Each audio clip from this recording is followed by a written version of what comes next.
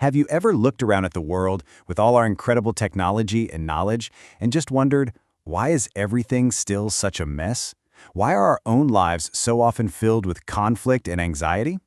Well, the philosopher Krishnamurti tackled this exact question, and his answer is pretty radical. It challenges the very way we think, and it all starts by changing the way we listen. So Krishnamurti kicks things off in a really interesting way. He doesn't start with a big declaration. He starts with a request. He asks us to approach this as a simple conversation between two friends. His point is, for the next few minutes, let's just set aside everything we think we know. We're not here to agree or disagree or to be impressed by some fancy philosophy. We're just here to look at things together. And this brings us right to the heart of the matter. Just think about it for a second. We can send robots to other planets, we can edit genes, but we still have wars, division, and deep personal sorrow. According to Krishnamurti, this isn't just some small problem to be fixed. This contradiction is the fundamental question of our lives. All right, so our first step here is simply an invitation to inquire, to just look, to look honestly at the state of the world, and maybe more importantly, the state of our own minds.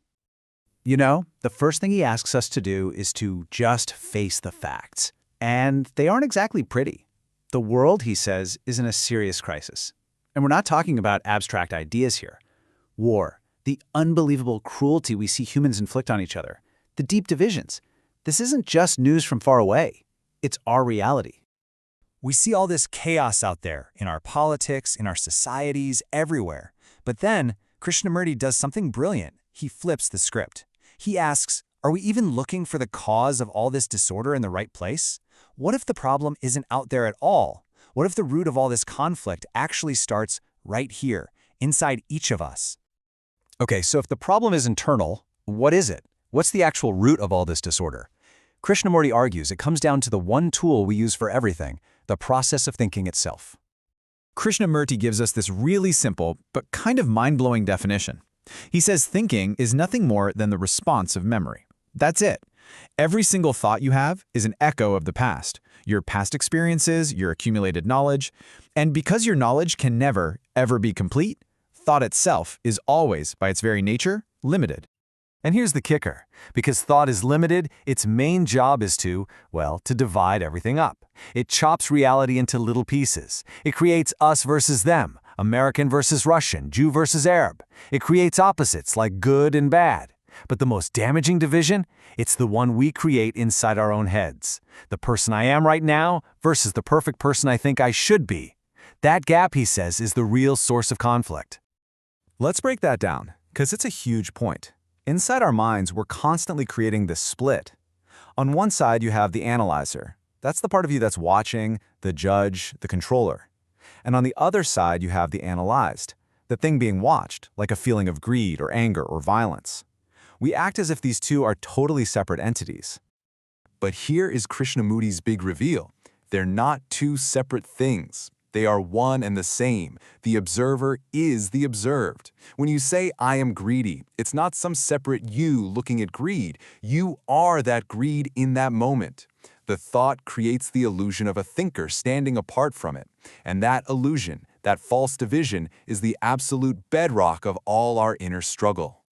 So the natural question is, if this inner division is so destructive, why do we keep doing it? Why are we so committed to it? The answer, he says, lies in our deep, deep psychological need for what he calls continuity. And Krishnamurti has this perfect, kind of funny metaphor for it. He says that psychologically, we're all like gathering squirrels. We spend our whole lives hoarding, accumulating, and storing things up. And what are we stuffing in our cheeks, so to speak? Well, everything. Our memories, good and bad. Our experiences that we think define us. Our attachments to people and ideas. Even our sufferings. We hold on to all of it, and this entire collection gets bundled together to create this thing we call our identity, our sense of me. Now here's the real consequence of all that gathering. It creates this massive, overwhelming desire to just keep going, to continue. After spending a lifetime building this elaborate psychological structure called me, we become absolutely terrified of it ending. And that, Krishnamurti says, is the real fear of death. It's not just that our body will stop, it's that this story we've built, this continuity of me, will come to a full stop. So this is where he presents his most challenging and radical idea. What if real freedom isn't found in finding a better way to continue, but in actually learning how to end? What if liberation isn't about adding more to our story, but in seeing that we can let it go? And that's a question we really have to sit with for a moment. What does it actually mean to end something, like a hurt or an attachment, voluntarily, right in this moment? Not by forcing it down or promising to deal with it tomorrow, but to see its nature so completely, so totally, that it just dissolves. He lays out how this works with attachment, and it's like a destructive domino effect. It starts with an attachment, right? To a person, an idea, whatever. The moment you have that, you immediately have the fear of losing it. And what grows from that fear? Jealousy, suspicion, anger, even hatred. He makes this really powerful point. Attachment isn't love. It's the very seed of conflict. And this is what he means by living with death. It's not about being morbid or thinking about the physical end all the time. It's this active, moment-to-moment practice of letting go of the psychological baggage. To end an attachment now is to be free from the burden of the past. And that, he suggests, is what true freedom actually feels like. Okay, so if we manage to end this inner conflict, this constant accumulation, what's on the other side? What's left when the nonstop chatter in our brains finally goes quiet?